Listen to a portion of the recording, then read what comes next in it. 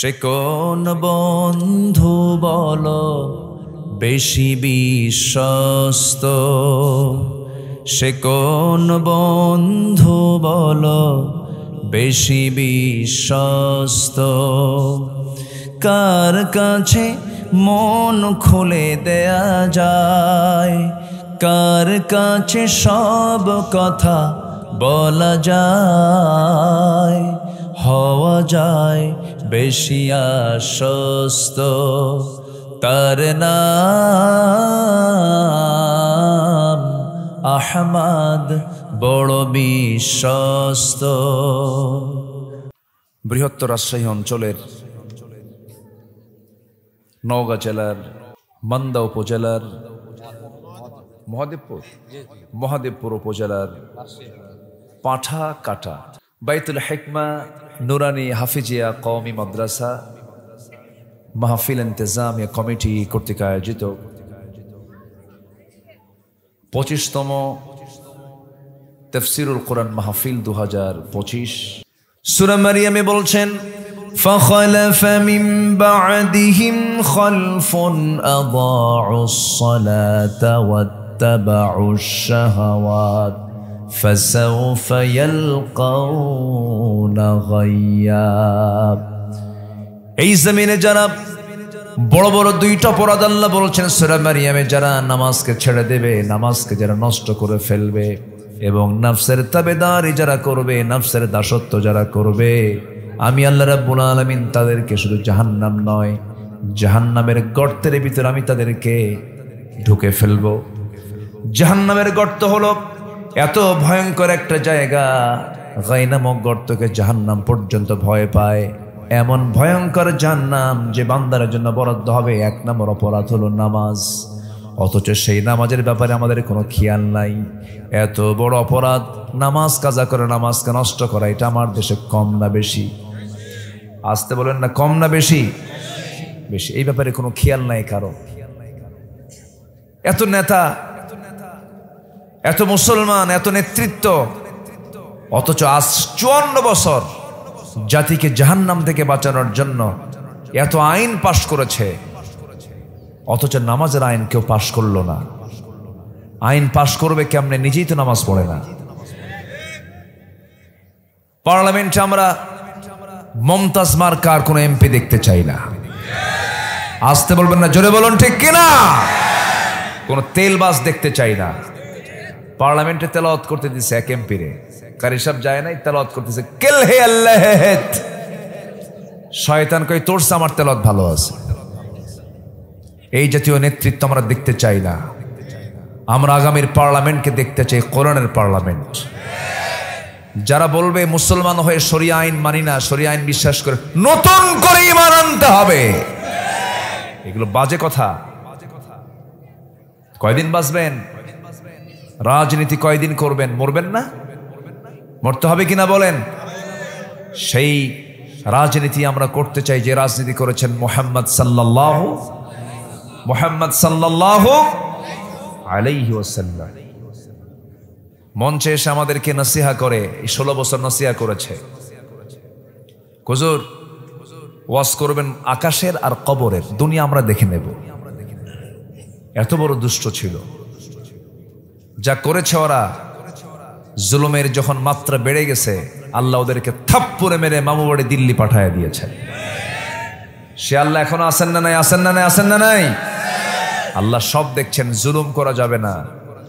আল্লাহ সময় দিয়েছেন, আমরা সময়টাকে কাজে লাগাবো। জোরে বলি ইনশাআল্লাহ। কোরআন থেকে আমরা কিছু কথা বলি। আমাকে সময় দিচ্ছেন তো নাকি? কারো কোনো আপত্তি নেই? আল্লাহ কবুল করুন। আমরা নামাজ পড়ি, আমরা রোজা রাখি, আমরা অনেকে দান সদকা করি, কিন্তু এগুলো কবুল হচ্ছে কিনা, আল্লাহ কবুল করছেন কিনা, এমন চিন্তা কি আমাদের একটু আসে না ভাই? আসতে বলে আসে কিনা বলেন? আমরা ইবাদত করলাম, কিন্তু আল্লাহর দরবারে যদি কবুল না হয়, তাহলে কোথায় যেতে হবে? জাহান্নামে। তাহলে ইবাদত কবুল হওয়ানোর মতো কাজগুলো আমাকে আপনাকে করতে হবে। ইবাদত কবুল হবে যদি আমরা 10টা শর্ত যদি পূরণ করি। 10টি অন্তরায় আছে, 10টি অপকর্ম আছে। এগুলো যদি আমার জীবন থেকে মাইনাস করি, তাহলে আমার সব কাজকর্মগুলো ইবাদত বলে গণ্য করে কবুল করবেন তিনি কে? আসতে তিনি কে? তিনি কে? আল্লাহ তাআলা। সম্মানিত ভাইয়েরা, বহু কথা আছে, আস্তে আস্তে করে শোনাবো, কিন্তু আমি ভয় পাচ্ছি যে কখন যে না বলে দৌড় মারেন। কেন বললাম এটা? প্রায় 11টা বাজতেছে। আমাদের মাহফিলে, আমাদের এই দেশের মাহফিলে একটা টাইম সিলেকশন একটু সমস্যা আছে। এটা মহাদেবপুর না, পার্সি মান্দা, মান্দার সাথে বাগমারা আছে, চিনেন তো নাকি? বাগমারা এই এলাকায় প্রধান বক্তাকে উঠায় দেয় আর মাত্র রাত 3টায়। মাত্র রাত কয়টায়? এখান থেকে কিন্তু বেশি দূরে না, খুব কাছাকাছি বাগমারা। ময়মনসিং এক মাহফিলে গেলাম, আমাকে বললো হুজুর এত তাড়াতাড়ি আসছেন? আমি গেছি রাত 8টায়। এত তাড়াতাড়ি আসলেন? হুজুর খাওয়া দাওয়া করেন। খাইলাম, কম্বল আর বালিশ দেবে, হুজুর আপনি ঘুমান। বললাম উঠবো কখন আলোচনায়? হুজুর গত বছর প্রধান বক্তা যে সময় উঠছে তার 1 ঘন্টা আগে। আমাকে ডাক দিল রাত 3টায়। 3টায় ডাক দিয়ে বলে হুজুর আপনার বয়ান 3:30টায়, গত বছর ছিল হলো 4:30টায় প্রধান বক্তা, 1 বছর আগে নিয়ে আসছি। বলুন তো এত রাতে কি ওয়াজ হয় না আওয়াজ হয়? হ্যাঁ, ওয়াজ হয় না আওয়াজ হয়? আওয়াজ। আলোচনা না আলোচনা? আলোচনাই হয়। অত রাত্রে তো কথা হয় না। মানুষের একটা টাইম আছে, এই যে আমরা এখন যে টাইমটা অতিক্রম করছি, এই সময় কিন্তু একটা ঘুমের ভাব আসে, ঘুমের ঝোল আসে, একটা ঝোঁক চলে আসে। এটা আবার 12টা 1টার পরে আবার কেটে যায়। ঠিক এই সময়ে 11:30 12টা, মাহফিলের মূল যৌবন হলো 9টা থেকে 11টা। সেই যৌবনকাল পার করে আমি উঠছি বুড়াকালে। হ্যাঁ, এই সময় ওয়াজে ওঠা মানে কি জানেন?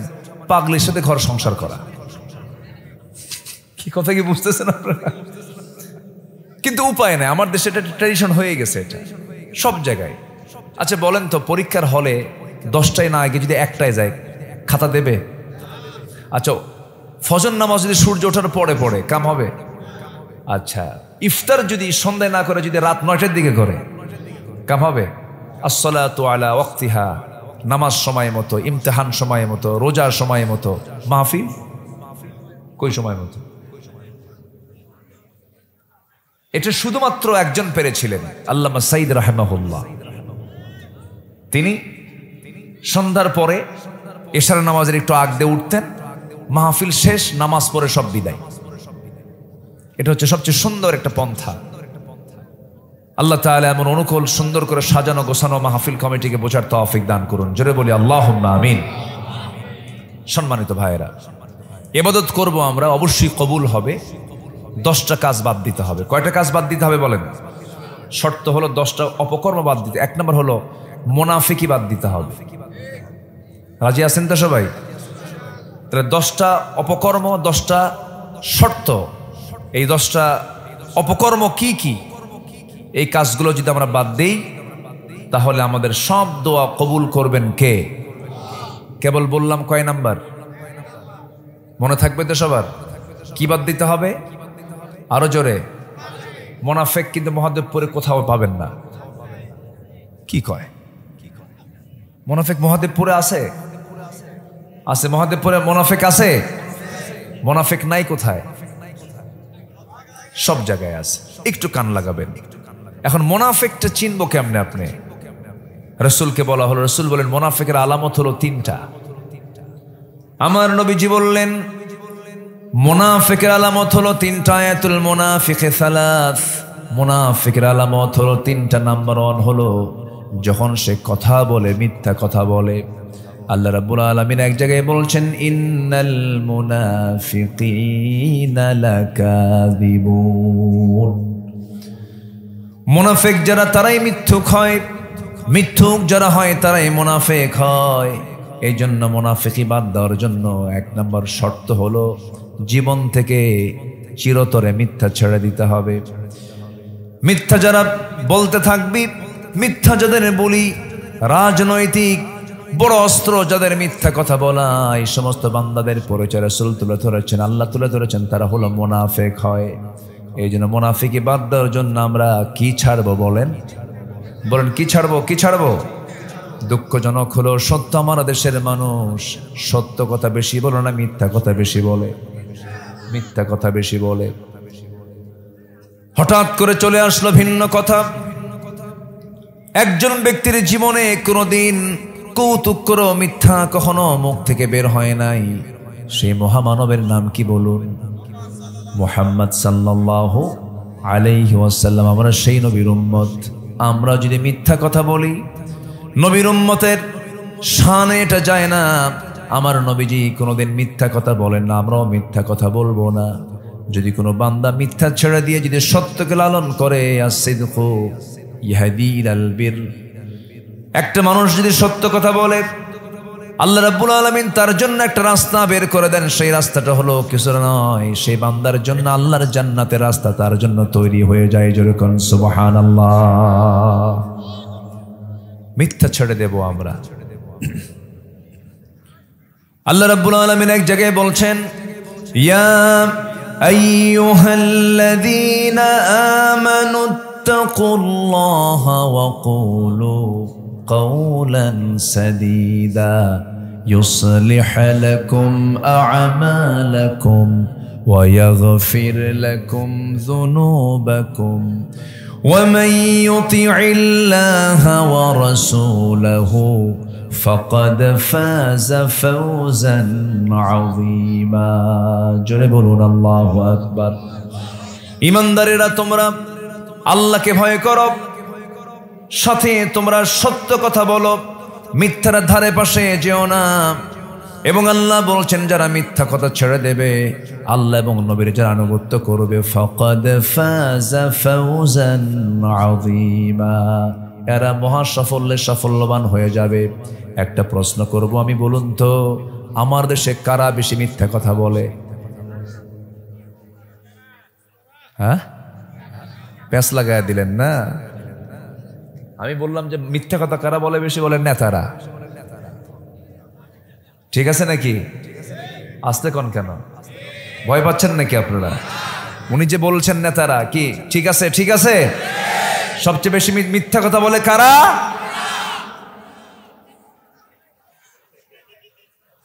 প্যাঁচ লাগছে কিন্তু। কত মিথ্যা শুনলাম। আমাদের সাবেক প্রধানমন্ত্রী বললেন একদিন নির্বাচনের আগ দিয়ে, 2018 সালের নির্বাচনের আগ দিয়ে মেবি উনি বলে ফেললেন, আগামী নির্বাচনে যদি নির্বাচিত হতে পারে, নির্বাচন বলে দেখেন, ভোট দিচ্ছেন আপনারা কখনো? 16 বছরে ভোট দিচ্ছেন আপনারা? রাতের ভোট, দিনের ভোট রাতে হয়ে গেছে। তো উনি বললেন আগামী নির্বাচনে যদি নির্বাচিত হতে পারি, মদিনার সনদে দেশ চালাবো। দেখছেন, মদিনার সনদে। কত বড় মিথ্যাচার এটা! একটা অনিসলামী দলের প্রধান বলছেন যদি আমরা ক্ষমতায় যাই তাহলে মদিনার সনদে দেশ চালাবো। মদিনার সনদে দেশ চালাই নাই, নরেন্দ্র মোদীর সনদে দেশ চালাইছে। আসতে কান কেন? এই জন্য মামার বাড়ি দিল্লি গিয়ে বসে আছে। যা, আমরা ছিলাম, আছি, থাকবো, দেশ ছাড়বো না। জোরে বলি ইনশাআল্লাহ। আর জোরে বলি ইনশাআল্লাহ।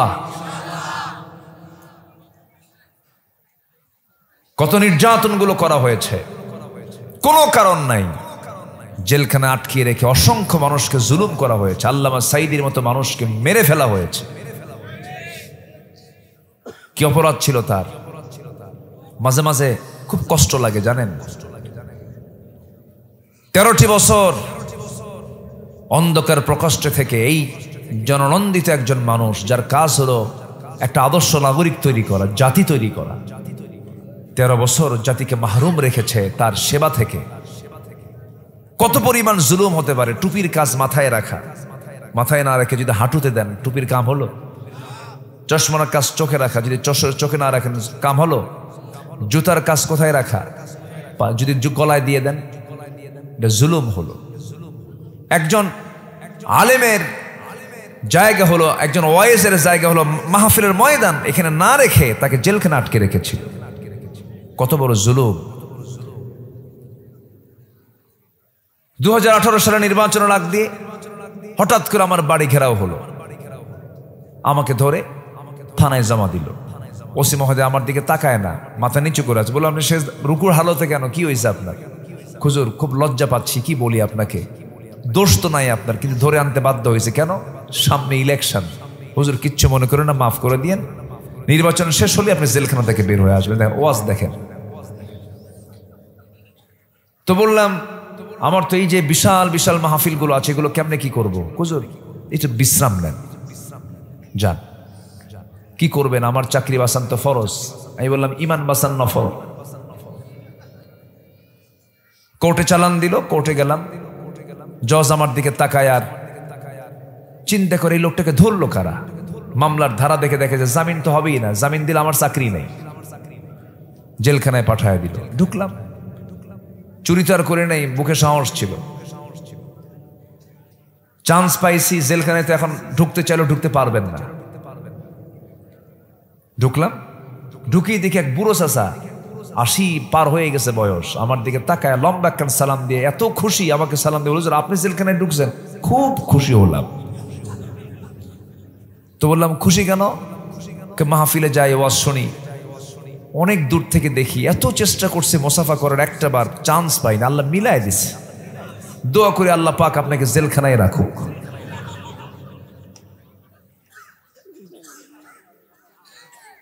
কি বুঝলেন বলেন? এই দোয়া করতেছে। তো বললাম, চাচা আপনি জেলখানায় কেন? বলে যে, বাবা বোমা হামলা। কি হামলা? বোমা হামলা। আমি নাকি বোমা হামলা করেছি, বয়স 80 বছর। বলেন তো, এই লোকের হাতে যদি বোমা তুলে দেওয়া হয়, জায়গা মতো পড়বে না নিজের মাথায় পড়বে? এগুলো করেছে, কত মার কোল ফাঁকা করেছে, কত লোকের চাকরিচ্যুত করা হয়েছে, সন্তানের শোকে মা স্ট্রোক করে মারা গেছে, অনেক কিছু হয়েছে। জুলুম যে করবে, জুলুমের ফলাফল তাকে ভোগ করতেই হবে।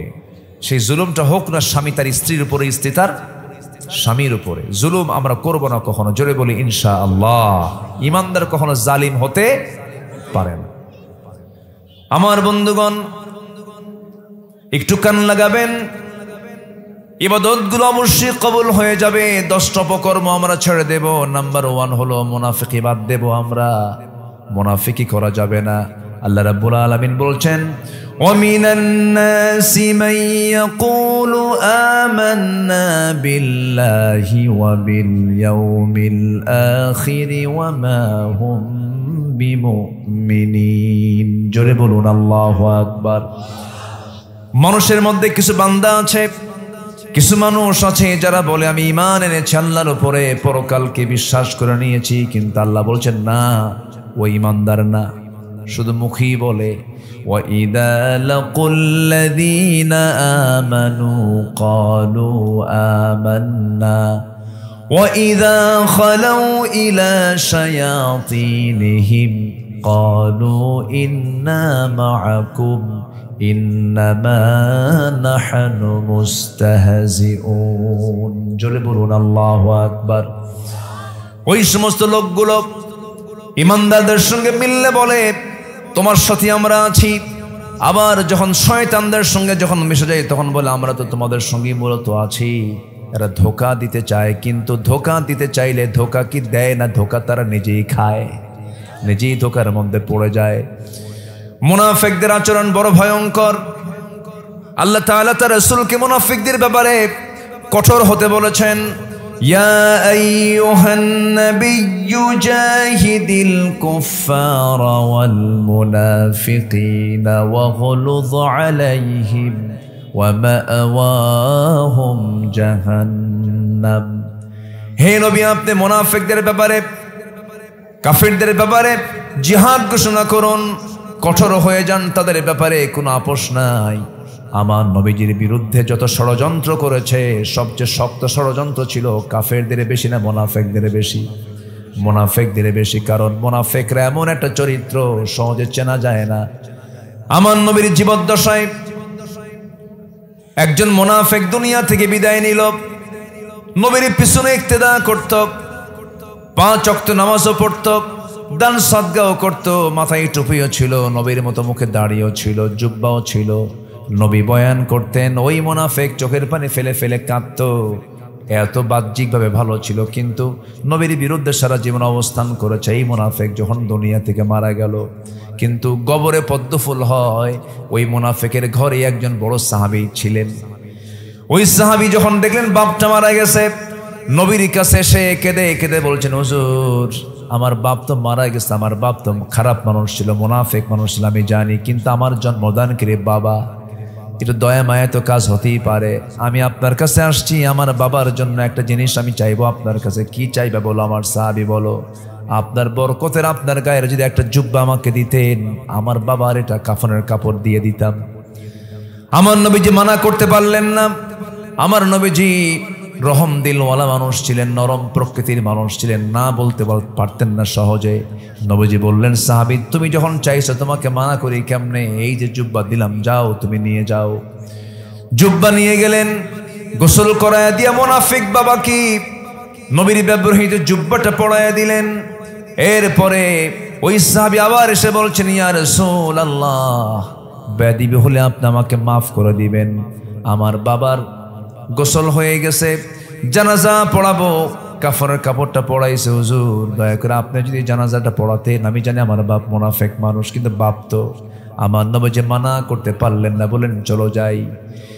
জানাজায় হাজির হলেন, সাহাবীরাও বাধ্য হলেন। এক সাহাবী নবীর পিছন থেকে জুব্বা টান দিয়ে বলে, হুজুর আপনি মুনাফিকদের জানাজায় দাঁড়াচ্ছেন, ওয়ালা তাকুমু আলা কবরিহি, তাদের কবরের পাশে আল্লাহ পাক দাঁড়াতে মানা করেছেন। রাসূল বলছেন, ও আমার সাহাবীরা, আমার প্রিয় সাহাবীর বাপ, আমার প্রিয় সাহাবী বারবার বলছেন কেমন করে না করি। জানাজায় তিনি দাঁড়ায় গেলেন, জানাজা সম্পূর্ণ হয়ে গেছে। রাসূলকে জানানো হলো ৭০ মাররাতান, ৭০ বারও যদি দোয়া করেন মুনাফিকদের জন্য, হে রাসূল দোয়া কবুল হবে না। আমার বন্ধুগণ, মুনাফিক এমন একটা জঘন্য নাম, নবী তার জন্য দোয়া করেছেন, তাও কাম হয় নাই। নবীজি নিজের পরনের জুব্বা পর্যন্ত তার গায়ে দিয়েছেন, তাও কাম হয় নাই। কারণ মুনাফিকের জন্য কোনো দোয়া আল্লাহর দরবারে কখনো কবুল হবে না। আমার বন্ধুগণ, এই সবচাইতে বেশি হবে, ইন্নাল মুনাফিকিনা ফিদ দারকিল আসফালি মিনান নার ওয়ালান তাজিদা লাহুম নাসীরা। মুনাফিকরা জাহান্নামের সর্বনিম্ন স্তরে তার অবস্থান করবে, তাদেরকে কোনো সাহায্যকারী থাকবে না। আমার বন্ধুগণ, সেই মুনাফিকি থেকে বাঁচার দরকার আছে না নাই? আসতে বলবেন না, আছে না নাই? ইসলামের দ্বিতীয় খলিফার নাম কি বলেন? বলেন বলেন বলেন বলেন। ওমর। এই কি হয়েছে? কে রে? হ্যাঁ, একটু সেন্স নাই যে এখানে ওয়াজ হয়, আওয়াজ করে। যদি এখানে কেউ যদি বেয়াদব আল্লাহর দরবারে প্রমাণিত হয়, ওর উপায় আছে বাঁচার? কোন তো, এটা অত্যন্ত বরকতময় জায়গা, এখানে কোনো বেয়াদবি করা যাবে না। বলি আলহামদুলিল্লাহ, আল্লাহ কবুল করুন, জোরে বলি আমিন। একটু বসেন, আমি খুবই খুশি আপনারা খুব মনোযোগ দিয়ে বসে আছেন। একটা লোক এ পর্যন্ত উঠেন নাই। আমি চাই একদম দোয়া পর্যন্ত আমরা এমন করেই থাকবো। জোরে বলি ইনশাআল্লাহ। লাস্ট বিশ্বকাপ খেলা হলো, ফুটবল লাস্ট কোন সালে যেন হলো, যাই হোক, আমি কক্সবাজার থেকে আসতেছি, রাত 2টার দিকে আমাকে হঠাৎ করে ফোন দিয়েছে একজন। ভাবলাম রাত 2টায় ফোন মানে কি, জন্মের সংবাদ, মৃত্যুর সংবাদ, অথবা কোনো মেজুর কোনো প্রয়োজনীয় ফোন। ফোন রিং বাজা মাত্রই ফোনটা ধরলাম, সালাম দিয়ে বলে, হুজুর আমি আপনার খুব ভক্ত, আমি দোয়া চাই। রাত 2টার দিকে কি দোয়া হয় কোন? আমি বললাম ঠিক আছে দোয়া করি। হুজুর দোয়াটা আমার জন্য না। কি দোয়া? আমি ওযু করছি হুজুর, 2 রাকাত নামাজ আমিও পড়েছি। আমি ভাবলাম কি যে দোয়া চাবে। 2 রাকাত নামাজ আমিও পড়েছি, আমি ওযু করেছি। হুজুর আজকে রাত 3টার দিকে ব্রাজিল আর্জেন্টিনার খেলা আছে, দোয়া করবেন আমার যেন আমার দলটা জিতে যায়। চিন্তা করেন, সারা রাত জেগে জেগে আবার ওযু করে নামাজও পড়ছে, খেলায় যেন জিতে। আমরা এখানে বসে আছি, আপনি কি বুঝতে পারছেন? আপনি হয়তো অনুমান কতটুকু করতে পারছেন জানি না, একদিন এই মাহফিলটা আমার আপনার জন্য নাজাতের কারণও হতে পারে। আল্লাহ কবুল করুন, জোরে বলি আমিন। কেউ যাবেন না। বেশ কিছু দোকানপাটও লক্ষ্য করছি, অনেকে ভিডিও টানতেছে দেখলাম। বিড়ি খাওয়া তো সুন্নতে মুআক্কাদা নাকি? এই জাতি নামাজ বেশি পড়ে না বিড়ি বেশি খায়? কি বেশি খায় বলেন তো? বিড়ি বেশি খায়। এত বিড়ি খায় মনে হয় সুন্নতে আদম, এত খাওয়া খায়। ভাত বেশি খায় না বিড়ি বেশি খায়? হ্যাঁ, ভাত কই? ভাত মিস হয়, বিড়ি মিস হয়? বিড়ি মিস হয়? তাহলে কোনটা বেশি খাওয়া হলো? বিড়ি। এত টানা টানে। আবার মাহফিলে এসে প্রশ্ন করে, হুজুর বিড়ি খাওয়া কি জায়েজ আছে? ও চেষ্টায় আছে ফতুয়ায় জায়েজ কেমনে করা যায়। এগুলো উম্মতে মুহাম্মাদের কাজ না, আমরা এগুলো করব না। জোরে বলি ইনশাআল্লাহ। নেশা, সকল নেশা হালাল না হারাম? আসতে বলবেন না, হালাল না হারাম? হারাম। নেশার কাছে যাব না আমরা। বিড়ি খাবেন, চেহারা আল্লাহ পাক ওইরকম বিড়িখোর বানায় দেবে। আছে না এরকম চেহারা? আছে না? এত সুন্দর চেহারা, লাল টকটকা ঠোঁট, গোলাপির মতো ঠোঁট, বিড়ি খায় কেমন দেখা যায় কোন? ঠোঁটটা কালো, দেখি মনে হয় বিড়ি খোর। কি খোর? কি খোর? মদ খাবেন, চোখ লাল হবে। বালা মান কাসাবা সাইয়্যাতাও ওয়া আহাতাত বিহি খাতিআতুহু, পাপ আপনাকে ঘেরাও করে ফেলবে। মদ খাবেন, চোখ লাল হবে। নেশা করবেন, আপনার নেশার সিমটম ব্লাডে ফুটে উঠবে। ব্লাড টেস্ট করলে ধরা খাবে যে আপনি কি নেশা করেন। পাপ করবেন, সিমটম শরীরে ঢুকায় দিবেন কে? আল্লাহ তাআলা। অবৈধ জিনা করবেন, রোগ ঢুকায় দিবেন কে? আল্লাহ। রোগ কি এমনি এমনি হয়? নিজকে ধ্বংসের দিকে ঠেলে দেওয়া যাবে না। আল্লাহ তাআলা ঠোঁট দিলেন সুন্দর করে, সেই ঠোঁট কালো বানায় দিল কে? দেখছেন? আল্লাহ কইছে। কাম সারছে, আল্লাহ বলে ঠোঁট কালো বানায় দিছে। দেখছেন? খাবেন আপনি বিড়ি আর আল্লাহর দোষ দিবেন? আল্লাহ সকল নেশা থেকে জাতিকে বাঁচান। জোরে বলি আমিন। নেশা করব না। জোরে বলি ইনশাআল্লাহ। যুবকরা পচা জিনিস খায়ও না। কাম সারছে, কাম সারছে। কোন জায়গা থেকে আমদানি হলো? বসেন, বসে পড়েন। তাহলে ইবাদত কবুল হবে, দোয়া কবুল হবে। 10টা শর্ত, 10টা অপকর্ম বাদ দেব। 1 নাম্বার কি বাদ দেব? কি বাদ দেব বলেন? বলেন বলেন। মুনাফিকি। কি বাদ দেব? মিথ্যা কথা বলা যাবে, মিথ্যা সাক্ষ্য দেওয়া যাবে, ওয়াদা ভঙ্গ করা যাবে, আমানত খেয়ানত করা যাবে, মুখে কোনো বাজে কথা বলা যাবে। তাহলে আমি ইমানদার। তাহলে আমি কি বলেন তো? ইমানদার। এগুলো করা যাবে না। আমার ভাইয়েরা, মুনাফিকরা বড় জঘন্য। দ্বিতীয় খলিফার নামের কথা শুনতে চাইছিলাম, আপনারা ওমরে ফারুকের নাম বলেছেন। ওমরে ফারুক রাদিয়াল্লাহু তাআলা আনহু একদিন কান্নায় ভেঙে পড়লেন। কাঁদতে কাঁদতে গিয়ে একজন সাহাবীর সামনে দাঁড়িয়ে বলছেন, ভাই হুযায়ফা, তোমার কাছে আমার নবীর দেওয়া মুনাফিকের একটা তালিকা আছে। মদিনার মধ্যে কারা মুনাফিক, তাদের তালিকা তোমার কাছে আছে, দেখো তো ওই নামের তালিকায় আমি ওমর, আমার নামটা আছে কিনা। কে বলছেন এটা? কে বলছেন? ওমর। এটা চিন্তা করতেছেন কি আমরা কোন ওনার মতো সাহাবী যদি মুনাফিকের তালিকায় তার নাম আছে কিনা যদি চিন্তা করেন, আমি আপনি কোথায় যাবেন? কোথায় যাব আমরা? সাইয়্যিদুনা ওমর ফারুক রাদিয়াল্লাহু তাআলা আনহু যখন এই কথা বলে ফেললেন, হুযায়ফা রাদিয়াল্লাহু আনহু বলছেন, ভাই ওমর, কেমন করে আপনি সন্দেহ করেন নিজকে? কারণ ওমর ফিল জান্নাহ, ওমর তো জান্নাতের রাসূল বলে দিয়েছেন। তিনি বলছেন, না রে ভাই রে, মাঝে মাঝে আমার কাছে মনে হয় আমি যেন মুনাফিক হয়ে গেছি কিনা। আমার ভাইরা, আমার বন্ধুগণ, আরেকটা বিষয় সেটা হলো মুনাফিক চেনার জন্য আরেকটা সিমটম হলো, মুনাফিক কিন্তু জোহর পরে, আসর পরে, মাগরিব পরে, কিন্তু মুনাফিক সহজে ফজর নামাজ পড়তে পারে না। এখন প্রশ্ন করব, বলুন তো আমাদের বাড়ি যে সমস্ত গ্রামে, আপনার বাড়ি যে সমস্ত গ্রামে জোহর, আসর, মাগরিব, এশা, ফজর 5 ওয়াক্তের মধ্যে কোন ওয়াক্তে সবচেয়ে মুসল্লি কম পাওয়া যায়? আলহামদুলিল্লাহ। কি কবে? শ্রেষ্ঠ নামাজ কোনটা বলেন? ফজর নামাজের এক্সট্রা করে 65টা ফজিলত আছে। কয়টা বলেন? 65 ফজিলতে ভরা ফজর নামাজ। বুরিকালি উম্মতি ফি বুকুরিহা, আমার উম্মতের বরকতময় সময় হলো ফজর, আমার উম্মতের বরকতময় সময় হলো সকালবেলা। কিন্তু দুঃখজনক হলো সত্য, সকাল থেকে ঘুমেও সকালবেলা ঘুম থেকে ওঠে না। দেখবেন আজকের ভাবিরা ভাইয়েরা সারা রাত আড্ডা মেরে ভারতের সিরিয়ালগুলো দেখে, কলকাতার সিরিয়ালগুলো দেখে, সব কিছু দেখা সম্পন্ন করে ঘুমাতে ঘুমাতে ফজরের একটু আগ দিয়ে ঘুমাতে যায়। আর সকাল 10টার দিকে ঘুম থেকে, 11টার দিকে ঘুম থেকে ওঠে। আমার বন্ধুগণ, ছাগল রাতে ঘুমায় না দিনে ঘুমায়? ছাগল ছাগল ছাগল রাতে ঘুমায় না দিনে ঘুমায়? কুকুরটা দিনে ঘুমায় না রাতে ঘুমায়?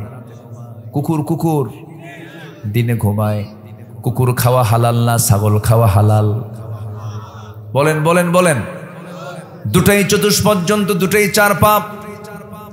ছাগলটা আল্লাহ পাক হালাল করে দিলেন, কুকুরটা আল্লাহ পাক হারাম করে দিলেন। কেন? কিছু সিমটম তার মধ্যে আছে যা খাওয়া যাবে না, ওর কিছু নেচার কিছু খারাপ আছে। কুকুর আল্লাহ রাব্বুল আলামিন এই জন্য হারাম করে দিয়েছেন। কুকুর সারা রাত জেগে জেগে থাকে, দিনের বেলা ঘুম পারে আর হাই তোলে, মাঝে মাঝে কি তোলে? হাই তোলে। এটা হলো কুকুর। আর ছাগল, মোরগ, মুরগি, এই সমস্ত প্রাণীর দিকে তাআলা আল্লাহ রাব্বুল আলামিন এগুলোকে জায়েজ করে দিয়েছেন খাবারের জন্য। কারণ এরা সিস্টেমটা ফলো করে। কারণ রাতটা ঘুমের জন্য, দিনটা কাজের জন্য। দিনটা কি? কাজের জন্য। রাতের বেলা ঘুম, ওয়াজআলনাল লাইলা লিবাসা, রাতের বেলা ঘুমিয়ে যায় ছাগল, আবার ফজরে ওঠে। মোরগটা সন্ধ্যায় শুয়ে পড়ে, ফজরের সময় উঠে বলে আসসালাতু খায়রুম মিনান। কুকুরু আসে আওয়াজ হয়, আওয়াজ করে কোন সময়? ফজরের সময় আওয়াজটা করে। আল্লাহ পাক এগুলোকে জায়েজ করেছেন। কিন্তু কুকুরটা সারা রাত জেগে জেগে থাকে, তাহলে রাত জেগে জেগে দুনিয়ার কাজ করা হচ্ছে কুত্তা স্টাইল। কি স্টাইল বলেন? কুকুর কুকুর এগুলো করে। এশার নামাজ পড়ে রাসূল করিম সাল্লাল্লাহু আলাইহি সাল্লাম তিনি দেরি করতেন না, ঘুমিয়ে পড়তেন সচরাচর। শেষ রাত্রিতে আগে ভাগিয়ে উঠে যেতেন। ওয়ামিনাল লাইলি ফাতাহাজ্জাদ বিহি নাফিলাতান লাকা আসা আইয়াবআসাকা রাব্বুকা মাকামান মাহমুদা। জোরে বলুন আল্লাহু আকবার। রাত যখন গভীর হয়ে যেত, আমার নবী জাগির রাত্রিতে ঘুমায় নিতেন একটু। ঘুমের তো প্রয়োজন আছে, প্রত্যেকটা মানুষের মধ্যে ঘুমের দরকার আছে না নাই বলেন? ঘুমের প্রয়োজন আছে, ঘুমটা আগেই পেরে নিতে হয়। শেষ রাত্রে আমার নবীজির সারা জীবন তার সুন্নাত ছিল। আমার নবীজির তাহাজ্জুদ কখনো মিস হয় নাই। কোন এক রাত শুধু তাহাজ্জুদ মিস হয়েছিল, একটা রাত। নবীজি আফসোস করে বলেছিলেন, ও আয়েশা, আমার বড় আজকে ক্ষতি হয়ে গেল, বিছানাকে তুমি নরম করে দেওয়ার কারণে আজকে আমার ঘুমটা লম্বা হয়ে গেছে, তাহাজ্জুদটা কাজা হলো। আফসোস করেছেন তিনি। আমার বন্ধুগণ, আমার নবীজি তাহাজ্জুদ মিস হলে পর আফসোস করে, আর তার উম্মতে মুহাম্মাদি 5 ওয়াক্ত নামাজ না পড়ে বলে আমার ঈমান আছে। কি আছে? কয় ঈমান আছে। আমার দেশে নামাজি বেশি না ঈমানদার বেশি? বলেন, ঈমানদার বান্দা বেশি না নামাজি বেশি? ঈমানদার বেশি। কি বেশি বলেন? ঈমানদার বেশি। নামাজ পড়ে না কিন্তু বলে হুজুর আমার ঈমান তো আছে। আছে কিনা বলেন? আচ্ছা, আমার নবীজির তাহাজ্জুদ কাজা হয়েছে এক রাত। নবীজি আফসোস করেন, আর উম্মতে মুহাম্মাদি বছরের পরে বছর চলে যায়, নামাজের ধার ধারে না। এরপরে বলে আমার ঈমান তো ঠিক আছে। আমার ভাইয়েরা, ঈমান কি ঠিক হবে নামাজ বাদ দিলে পরে নাকি? নামাজ পড়লে তো ঈমান ঠিক হয়ে যাবে। আমরা নামাজ পড়বো, জোরে বলি ইনশাআল্লাহ। আরো জোরে বলি ইনশাআল্লাহ। আমার ভাইয়েরা, মুনাফিকি আমরা বাদ দিয়ে দেব। মুনাফিকের কোন সিমটম যেন আমাদের মাঝে না আসে। কাফেরকে চেনার জন্য সূরা কাফিরুন আল্লাহ দিয়েছেন, মুনাফিককে চেনার জন্য সূরা মুনাফিকুন দিয়েছেন, আবার ঈমানদারকে চেনার জন্য আল্লাহ রাব্বুল আলামিন মুমিনুন দিয়েছেন। আমরা মুনাফিক সূরা পড়ব, মুনাফিক থেকে যেন বাঁচি। আমরা কাফিরুন সূরা পড়ব কুফরি থেকে যেন বেঁচে যাই, মুমিনুন সূরা পড়ব মুমিন হওয়ার জন্য 7টা গুণ দরকার। কয়টা গুণ দরকার বলেন? আসতে বলবেন না, কয়টা গুণ দরকার? এইদিকে ইবাদত কবুলের শর্ত হলো কয়টা বলেন?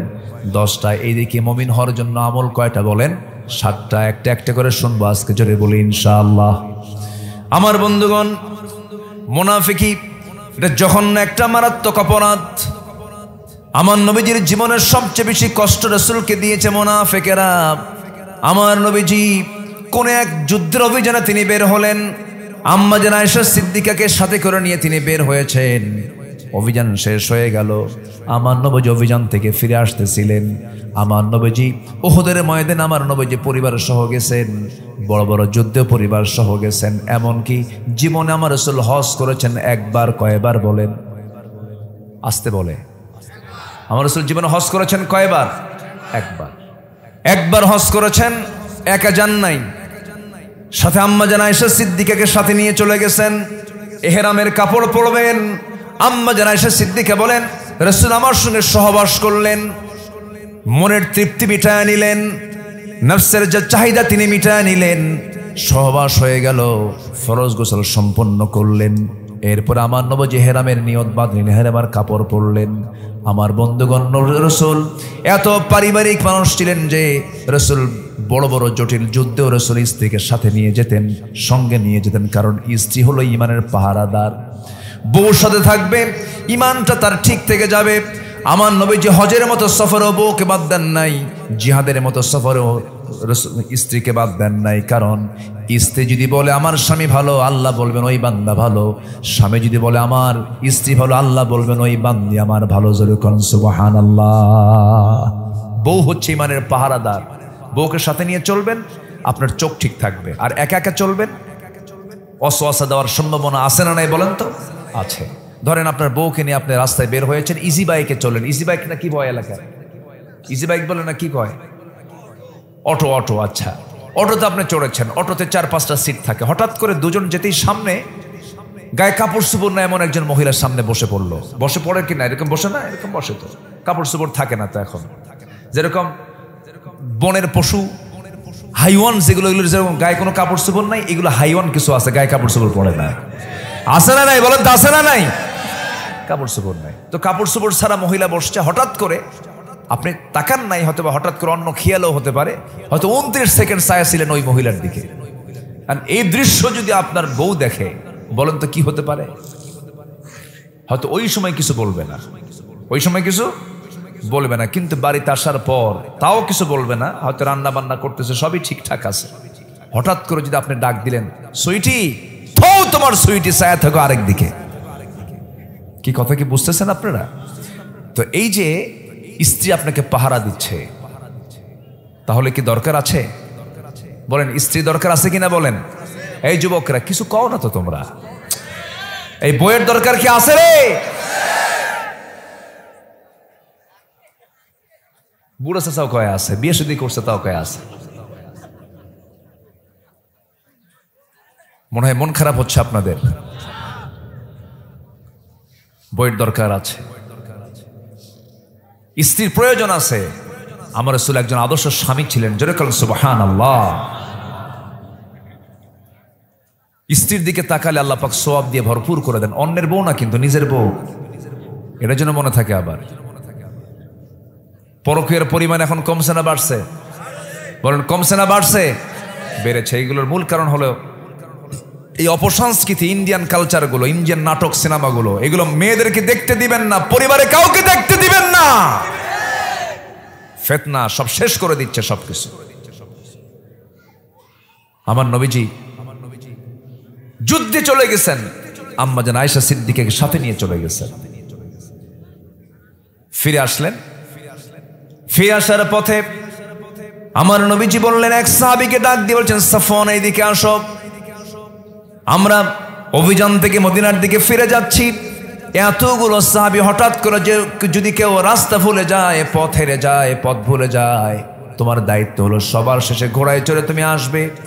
যেই লোকটা বাদ পড়বে তাকে সঙ্গে করে নিয়ে মদিনায় পৌঁছা দিবা। তুমি তো রাস্তাঘাট ভালো চিনো। ঠিক আছে হুজুর, তাকে দায়িত্ব দেওয়া হলো। কোন সাহাবী বাদ পড়েন নাই। আম্মা জান আয়েশা সিদ্দিকা রাদিয়াল্লাহু তাআলা নবীর স্ত্রী, পালকি থেকে তাকে নামিয়ে দেওয়া হলো। উটের পিঠে তিনি বসেছিলেন, হাওদার মধ্যে ছিলেন। হাজতের প্রয়োজন হলো, হাজতের সারবেন তিনি। আস্তে করে উটটা বসায় দেওয়া হলো, পালকি নামায় দেওয়া হলো।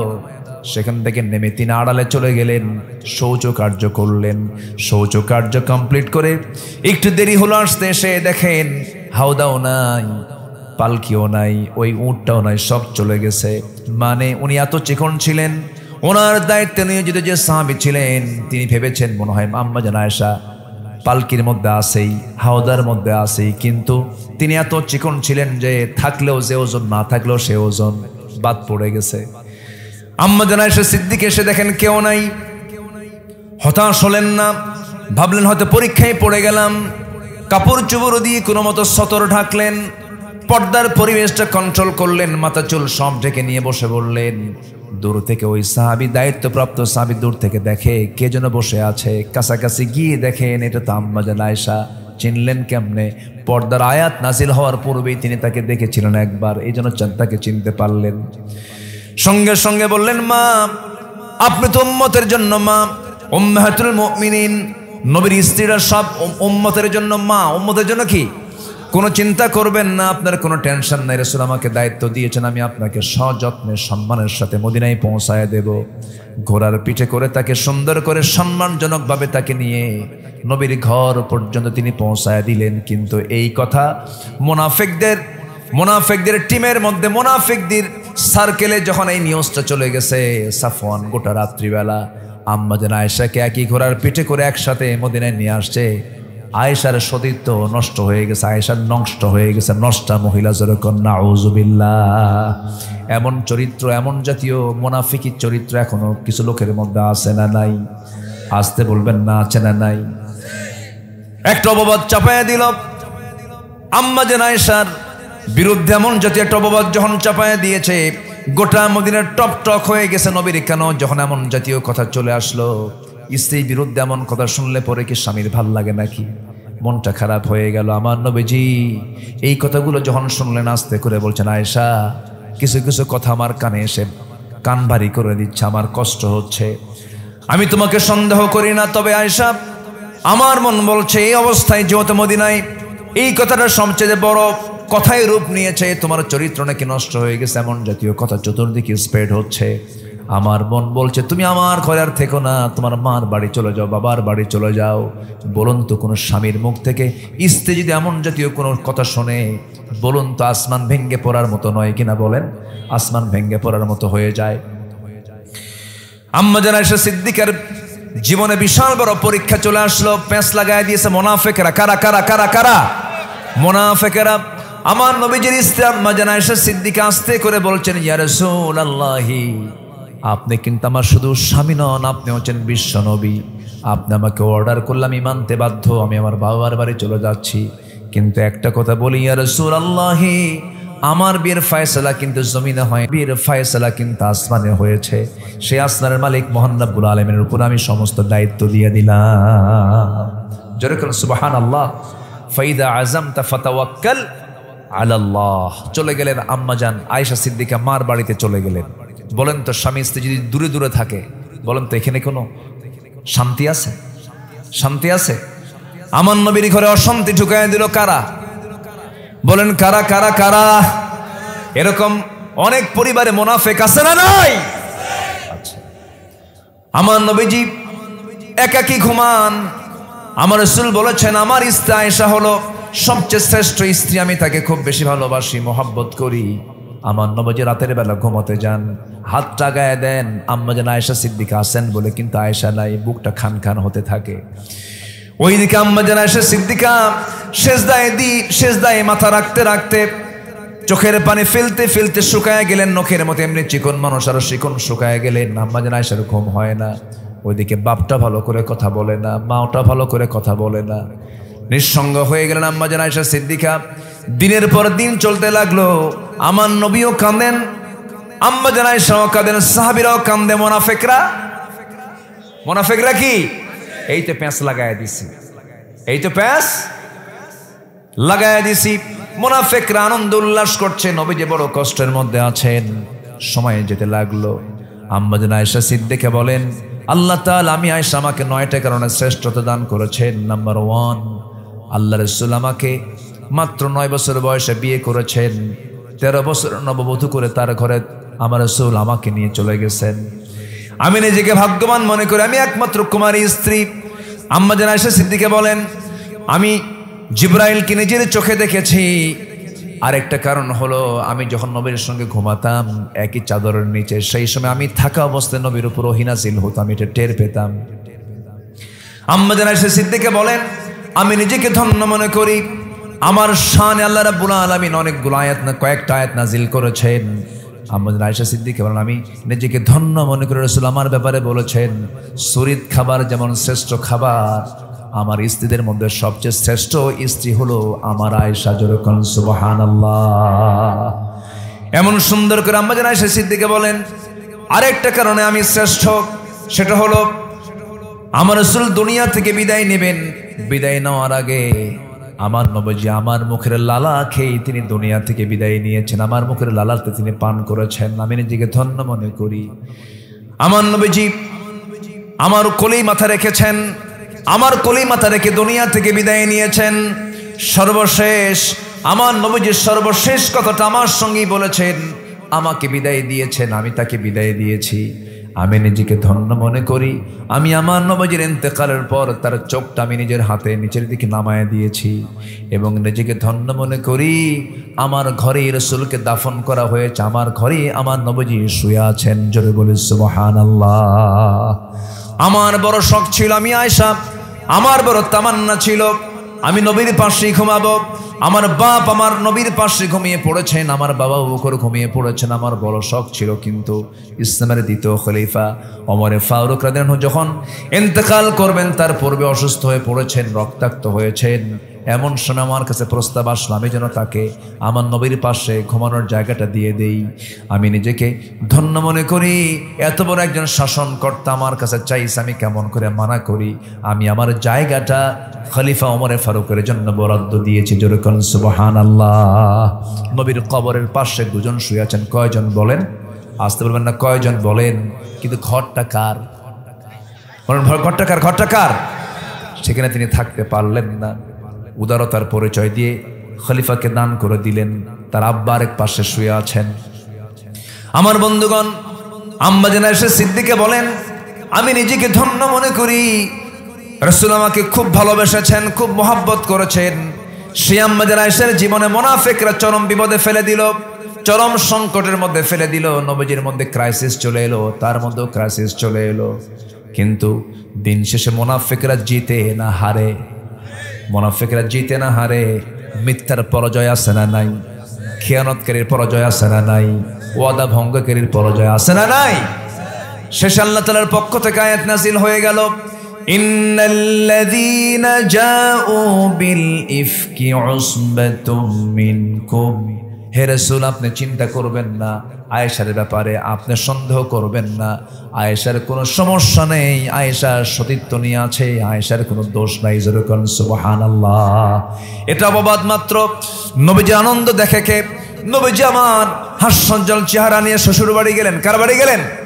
শ্বশুর বাড়ি চলে গেলেন। আমার বন্ধুগণ, এখান থেকে একটা বিষয় সুস্পষ্ট হয়ে গেল, রাসূল কি গায়েব জানতেন? আসতে কয়, রাসূল গায়েব জানতেন না, রাসূল গায়েব জানতেন না। কিন্তু আমার দেশের পীর সাহেবরা গায়েব জানে। দরবারের কিছু দরবারের লোক আছে, ওরা গায়েব জানে। বাচ্চা কাচ্চা হয় না, যখন যায়, বাবা তোমার দরবারে আসছে, বাচ্চা কাচ্চা কি আছে? চোখ 10 মিনিট বন্ধ রাখে, ইচ্ছে করে চোখ 10 মিনিট বন্ধ রাখে, ভান ধরে থাকে। 10 মিনিট পর বারবার বলতেছে, বাবা বলো তো আমার বাচ্চা কাচ্চা কি আছে? 30 বছরের সংসার, বাচ্চা তো হয় না।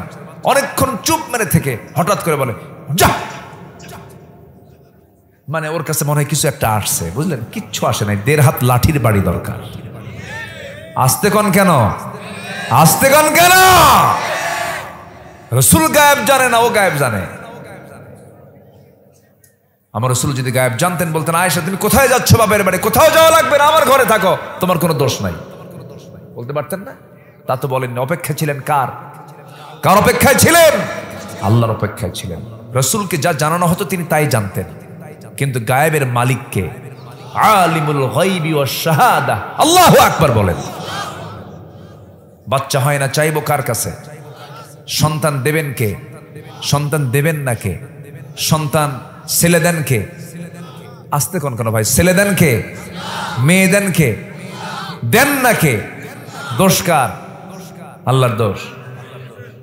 ফায়সালা, ফায়সালা কার? কারোই দোষ নাই। দিলেও সমস্যা নেই, না দিলেও সমস্যা নাই। দিল আবার নিয়ে গেল, বলেন তো দিয়ে নিয়ে যাওয়া এটার কষ্ট আরো কম না বেশি? বলেন তো বেশি। একটু দোয়া করবেন। আমি মানসিকভাবে খুব অস্বস্তির মধ্যে আছি, একটু দোয়া করবেন। আমি আসতেনি হাজী সাহেবের সঙ্গে, আমার খুব প্রিয় মানুষ, উনি ওনার স্ত্রীকে হারিয়েছেন 2 বছর আগে। সবাই দোয়া করবেন আল্লাহ যেন তার স্ত্রীকে জান্নাতের উচ্চ মাকাম দান করেন। খুব মোহাব্বতের সংসার ছিল তাদের। যেতে তো হয়, মানুষকে যেতে হয়।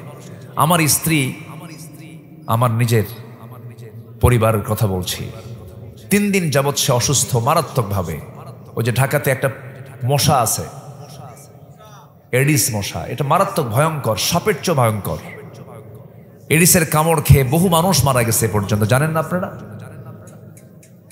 প্ল্যাটিলেট লেভেল যদি আপ না হয় মানুষ মারা যায়। আমার পরিবারে এখন 2 জন ডেঙ্গু আক্রান্ত হয়ে আছে। আমার স্ত্রীকে আমি অবস্থায় রেখে আসছি। আজকে লেভেলটা আবার কমে গেছে, গতকালকে বেড়েছিল, আজকে আবার কমে গেছে। একটু দোয়া করবেন আল্লাহ যেন সেহাতে কুল্লিয়া দান করেন, আল্লাহ যেন শাফায়ে কামেলা আজেলা দান করেন, আল্লাহ যেন সুস্থতা নিয়ে আবার ফিরে আসার তৌফিক দান করেন। আবার ছোট্ট মেয়ে, 2 বছর বয়স, ছোট্ট একটা মেয়ে আমার আছে। বড় মেয়ের ছোট মেয়ে, মেজো মেয়ে, ও আলিমে পড়ে, ওরও ডেঙ্গু হয়েছে। মানে ওই যে কামড়, তো মানে মশা, ওই জাতীয় মশা যাকে কামড়ায়, যদি ভালো মানে ডেঙ্গু ছাড়া, এডিস মশা ছাড়াও যদি অন্য মশাও যদি কামড়ায়, তার মধ্যে আবার ওই জীবাণু চলে আসে। মশা তো ছোটখাটো কোনো বিষয় না, মারাত্মক ভয়ঙ্কর বিষয়। তো দোয়া করবেন আল্লাহ যেন সুস্থ করে দেন। একটু জোরে বলি আল্লাহুম্মা আমিন। এত মানুষ আপনারা আছেন, আল্লাহ পাক যেন দোয়া কবুল করেন, এবং সাথে আমাদের যাদের যা চাওয়া আছে আল্লাহ যেন তাও কবুল করেন। জোরে বলি আল্লাহুম্মা আমিন। সম্মানিত ভাইয়েরা, মুনাফিকরা ভয়ঙ্কর। মুনাফিকের চরিত্র থেকে আল্লাহ পাক আমাদেরকে বাঁচান। আমি কি দোয়া করে দেব? এই যে হাফিজ সাহেব, মাওলানা সাহেব, একটু বসেন, একটু বসেন, একটু বসেন, বসেন। আপনাদের নিয়েই তো দোয়া করবো। আপনারা চলে গেলে আমরা, আপনারা তো মূল আলেম ওলামা মানুষ, একটু বসেন। কষ্ট দিয়ে ফেললাম মনে হয় আপনাদের, না? কষ্ট পাচ্ছেন না তো? আল্লাহ কবুল করুন। জোরে বলি আমিন। মশা খুব ভয়ঙ্কর জিনিস। একটা লাইন বের হয়ে গেল কথা। মশার উদাহরণ কোরআনে আছে না নাই বলেন তো?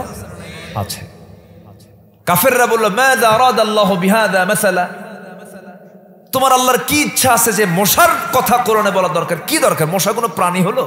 এই ছোট্টখাটো একটা প্রাণী। কিন্তু মশা কি ছোট প্রাণী? মনে হয় এরকম? আল্লাহু আকবার।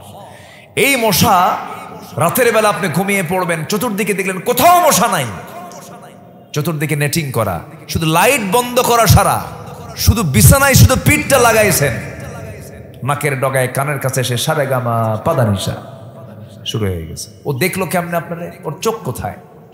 বিজ্ঞান বলছে 75 ফুট দূর থেকে টের পায় এখানে কোন সলির মধ্যে শুয়ে আছে। আর যে আওয়াজটা করে কানে আর নাকের ডগায় এসে, ওটা কি ওর কণ্ঠের আওয়াজ না পাখার আওয়াজ? পাখার আওয়াজ। বিজ্ঞান বলছে মশার যে পাখা আছে, ও প্রতি সেকেন্ডে 2টা পাখা, সে প্রতি সেকেন্ডে, কিন্তু মিনিটে না, প্রতি সেকেন্ডে সে তার পাখা ঝাপটান মারে 400 থেকে 500 বার। আজ পর্যন্ত এমন কোন দ্রুতগামী মেশিন বের হয় নাই যে মেশিনটা আল্লাহ পাক মশার দেহের মধ্যে সেট করে দিয়েছেন। চিন্তা করা যায়? প্রতি সেকেন্ডে 400 থেকে 500 বার ঝাপটান মারে মশা। নমরুদ কামড় খাইছে কিসের? আসতে কোন কেন? কিসের কিসের কিসের? মশাকে ছোট চোখে দেখার কোনো সুযোগ নাই। সিরিঞ্জ তৈরি হয়েছে না, সিরিঞ্জে যে ইনজেকশন করে, যে একটা মস্কিউটো ইন্সপায়ার্ড সিরিঞ্জ, একটা সিরিঞ্জ তৈরি হয়েছে এই মশার যে সামনে যে সুরটা দিয়ে যে বসায় দেয়। আচ্ছা বলেন তো, আমি আপনি যদি ঢুকাই থাকতে পারবেন? আপনি পারবেন? আপনি সহ্য করতে পারবেন? আপনি তো চিল্লান মারবেন যে একটা নিডল যদি ঢুকান, আপনি থাকতে পারবেন না। কিন্তু মশা যখন ঢুকায় টের পান। কেন টের পান না? কি জানি, একজন কইছে, তো এটি বলে দিই, আপনি টের পান না কেন? দেখেন মশা, দেখেন কি করে। মশার যে সুর আছে, মশার যে মুখের সামনের যে অংশ আছে, ছোট্ট চিকন সুর যে পাওয়া যায়, ওই চিকন সুরটার মধ্যে আল্লাহ রাব্বুল আলামিন 6টা অংশ দিয়েছেন। ওর মধ্যে 6টা ডিপার্টমেন্ট। 6টা অংশের ভিতরে 2টা অংশ দিয়ে আপনার চামড়ার উপরে বসে সে গোটা দেহটির চামড়াটা ফাড়ে ফেলে, বিশাল করে ফেড়ে ফেলার পরে 3 নাম্বার সূচ দিয়ে সে করে কি, আস্তে করে ব্লাড ভেসেল খুঁজে বের করে। 4 নাম্বার এবং 5 নাম্বার দিয়ে সে করে কি, আস্তে করে সে জায়গায় ঢুকাবে তার সুরটা। ঢুকানোর আগে করে কি, কেমিক্যাল নিঃসরণ করে দেয় এনেস্থেশিয়া করার জন্য। অপারেশন করবে তো অবসর দরকার আছে না নাই বলেন? তাহলে সে অবস্থা করার জন্য কেমিক্যাল আবার মুখ থেকে ছাড়ে। চতুর্দিকে যেখানে সে নিডলটা বসাবে, চতুর্দিকে এনেস্থেশিয়া করার জন্য কেমিক্যাল দিয়ে দেয়। সে জায়গায় মেডিসিন আগে ট্রিট করে। অবশ হয়ে গেল, সলিমুদ্দিন তোর 14 গোষ্ঠী টের পাবে না, আমি যাচ্ছি। সুবহানাল্লাহ বলবেন না? সর্বশেষ 6তম অংশটুকু দিয়া আস্তে করে সেই জায়গার ভিতরে ঢুকে পড়ে। সুরটা ঢুকে পড়লো, আস্তে করে সে রক্তগুলো চুষে চুষে নিচ্ছে আর তাকাচ্ছে চতুর্দিকে। তার চোখের মধ্যে আছে এমন পাওয়ার, সেই চোখটাকে রিসার্চ করে আজকে ডিফেন্স ড্রোন, বিভিন্ন ড্রোন আবিষ্কার হয়েছে, বিভিন্ন ক্যামেরা তৈরি হয়েছে মশার চোখকে সামনে রেখে। আল্লাহু আকবার বলেন। এরপর সেখান থেকে ওই রক্তগুলো চুষে নিয়ে এসে চলে গেল। আপনি ওঠার পরে 2 মিনিট 3 মিনিট পর যখন ওই এনেস্থেশিয়ার যে কেমিক্যাল ইউজ করেছে ওটার ক্ষমতা যখন শেষ হয়ে যায়, জলে এই কি হয়ে গেল রে, এখানে এরকম কেন হলো, এখানে ওইদিকে কিন্তু সে চলে গেছে। সুবহানাল্লাহ বলবেন না? আজকে সেই মশার সুরকে গবেষণা করে আজকে আবিষ্কার হয়েছে মসকিউটো ইনসপায়ার্ড সিরিঞ্জ। আল্লাহু আকবার বলেন। মশা, আল্লাহ পাক আজ থেকে 1500 বছর আগে কোরআনে বলেছেন, ইন্নাল্লাহা লা ইস্তাহি আইয়াদরিবা মাসালাম মা বাউদাতান ফামা ফাওকাহা ফাআম্মাল্লাযিনা আমানু ফায়ালামুন আন্নাহুল হক ওয়া আম্মাল্লাযিনা কাফারু ফায়াকুলুনা মাযা আরাদাল্লাহু বিহাদা মাসালা। আল্লাহু আকবার বলেন। সম্মানিত ভাইয়েরা, ইবাদত কবুলের শর্ত হলো 10টা অপকর্ম ছাড়বো। নাম্বার 1 হলো মুনাফিকি ছাড়বো। সবাইকে রাজি আছেন? আম্মা জান আয়েশা চলে গেছেন কার ঘরে? বাপের ঘরে আসছে, স্বামীর ঘরে আসছে। রাসূল চলে গেলেন কার বাড়ি? মনে আছে আপনাদের? শ্বশুর বাড়ি চলে গেছে। শ্বশুর বাড়ি যাওয়ার পরে ডাকতেছেন, আয়েশা কোথায়? আম্মা জান আয়েশা জবাব দেন না। হুমায়রা কোথায়? আম্মা জান আয়েশা জবাব দিচ্ছেন না। হে লাল টুকটুকি মহিলা কোথায়? আমার কলিজা কোথায়? আমার পরাণ কোথায়? আমার নবী যে সুন্দর করে বারবার ডাকতেছেন, কোনো জবাব নাই। এবার বলছেন, আয়েশা তুমি মনে হয় রাগ করেছো, চলো আল্লাহ তাআলা ওহী নাজিল করেছেন, তোমার কোনো দোষ নাই। এবার তিনি বলছেন, আমি ইব্রাহিমের আল্লাহর প্রশংসা করি। কার আল্লাহ? রাসূল বলছেন, আয়েশা তোমার রাগ কমে নাই কেন? তুমি ইব্রাহিমের আল্লাহ বলছো, তোমার মন খারাপ এখনো আছে। দেখেন তাদের রাগটাও কত সুন্দর, যোগ্যতা সম্পন্ন ছিল। জোরে বলেন সুবহানাল্লাহ। আর আমার আপনার বউ হলে যাও তুমি, কি ঠিক আছে না বলেন তো? আমি ইব্রাহিমের আল্লাহর প্রশংসা করি। রাসূল বললেন, আয়েশা তোমার রাগ কিন্তু এখনো আছে, আমি তোমার কথার মধ্যে টের পাচ্ছি। ইব্রাহিমের আল্লাহ বলতেছো, তুমি ইব্রাহিম পর্যন্ত চলে গেছো, সরাসরি আল্লাহ বলতেছো না। কি রাগটাও তাদের কত স্ট্যান্ডার্ড ছিল। আমার নবীজি কখনো কোনো স্ত্রীকে গালিগালাজ দেননি।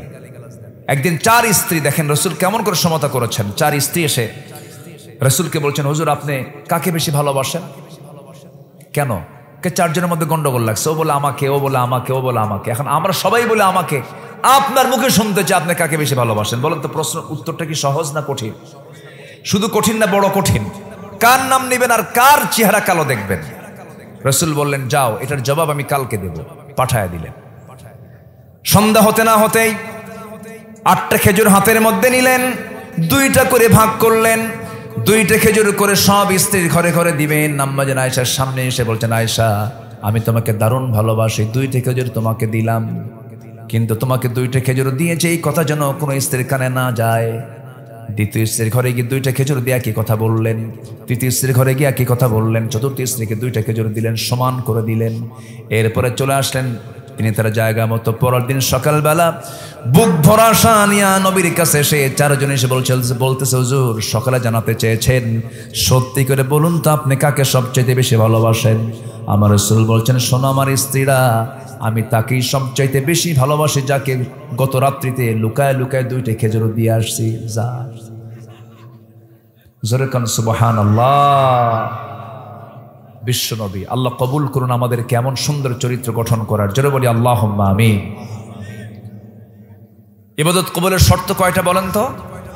চলতেছে কয় নাম্বার? আরো আছে কয়টা? এখন বলেন তো কি করব বলেন? অবশ্যই বলতে হবে।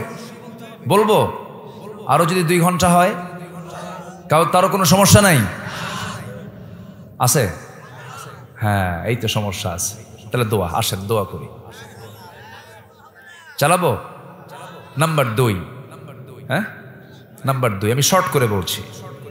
নাম্বার 2 হলো ইবাদত কবুল হবে না, কোনো দোয়া কবুল হবে না যদি কোনো বান্দা নামাজের মধ্যে অলসতা করে, নামাজের মধ্যে যদি কম বেশি করে, তার কোনো দোয়া কবুল হবে না। ফাওয়াইলুল লিল মুসাল্লিনাল্লাযীনা হুম আন সালাতিহিম সাহুন।